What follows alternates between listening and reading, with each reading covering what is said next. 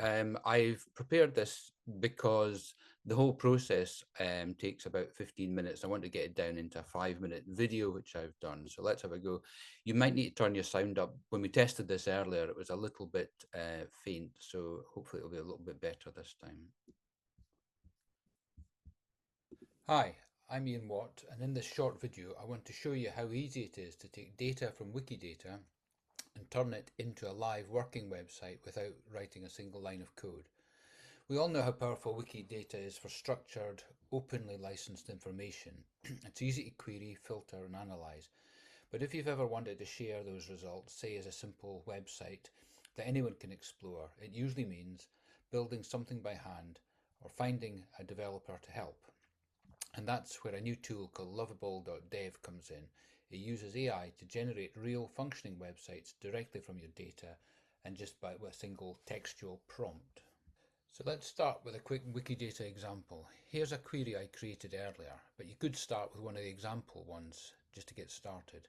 In this case, I'm querying which commemorative plaques exist in Aberdeen. We want just those ones to humans and to retrieve the plaque image and its coordinates, but also the subject details, their picture, their birth and death dates, and link to any Wikipedia article. So I'll run that. And once I'm happy with the results, I'll just export the file as a CSV file, and that's all the preparation I need. I'll now use that CSV as the input for my prompt to create a website. So you may have heard that vibe coding was chosen by Collins Dictionary as their word of 2025. Vibe coding means that instead of writing code, you describe what you want in plain language, upload your data, and it builds a working web app for you. Think of it as a shortcut between an idea and live site. In this case, we'll use our data as the source of the website content. Here I will be using lovable.dev as a platform. So you could tell it, for example, using the data which I have uploaded, create a website that shows each person as a card with their image, name, dates of birth and death, and a link to their Wikipedia article. When I mouse over the person's photograph, swap it for a photo of their commemorative plaque. And hopefully that's what it does. Let's try. So I will upload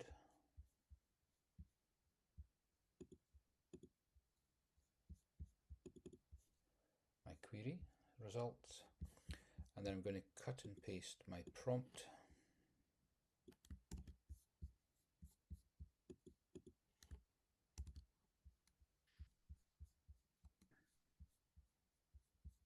Let's try that. And as you can see on the left, it's thinking about what it's doing. Okay, so Lovable Dev has been thinking about it for a few seconds, a few minutes, and after a prompt, it says, I'm thinking about this, I'm going to create you a beautiful memorial website showcasing these notable people. It's come up with some design concepts of its own, some features, and then it says, I'm going to build this, and it goes off and does that. And then it comes up with this preview. So I'm just going to show you this a bit more detail. So this is without any other prompting. It's come up with commemorative plaques celebrating notable individuals honoured with commemorative plaques. Hover over the portraits to reveal their plaques. So here we can see James Clerk Maxwell, and I hover over it and it produces the plaque. Robert Brown, George Paget Thompson, and if it says read more on Wikipedia, I'll just right click and open in a new tab. And here we are, John McLeod. So we can see that all that seems to be working quite well.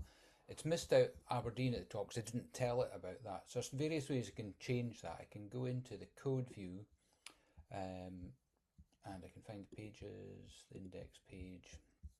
And as you can see here, where are we? Celebrating notable individuals honoured with commemorative plaques. And I'll just put in Aberdeen. I'll save that. But I could have asked it with a prompt to change that as well. So I go back here and you can see plaques in Aberdeen now. But I can also add it with prompts to get to do other things. So I can ask Lovable, add a search bar. Okay, so you can see there's now a search bar here, and if I put MacLeod, it goes straight down to John James Rickard MacLeod, discoverer of insulin, and if I put in James, you won't be surprised, there's lots of men called James with plaques. I'm going to add one more feature, and I'm going to do that through a prompt as well, rather than writing code. Add a filter for gender. So let's see if we change this to just female. And as expected, we've got all of the correct female plaque holders. So yeah, so hopefully you'll find that's a useful thing, being able to quickly take a set of data, ask something to be built, and then add to it or whatever later. So thank you. I'm going to finish with some useful links. First one is to our Wikidata query where we got the data. Second one is to lovable.dev, the site which we used to build the app. Third one is to the website that we just published, and the fourth one is an invitation to Lovable to get extra free credits, because when you do sign up for the free plan, the credits are quite limited, so you can try that link, perhaps it'll give you some free credits. And that's it, thank you.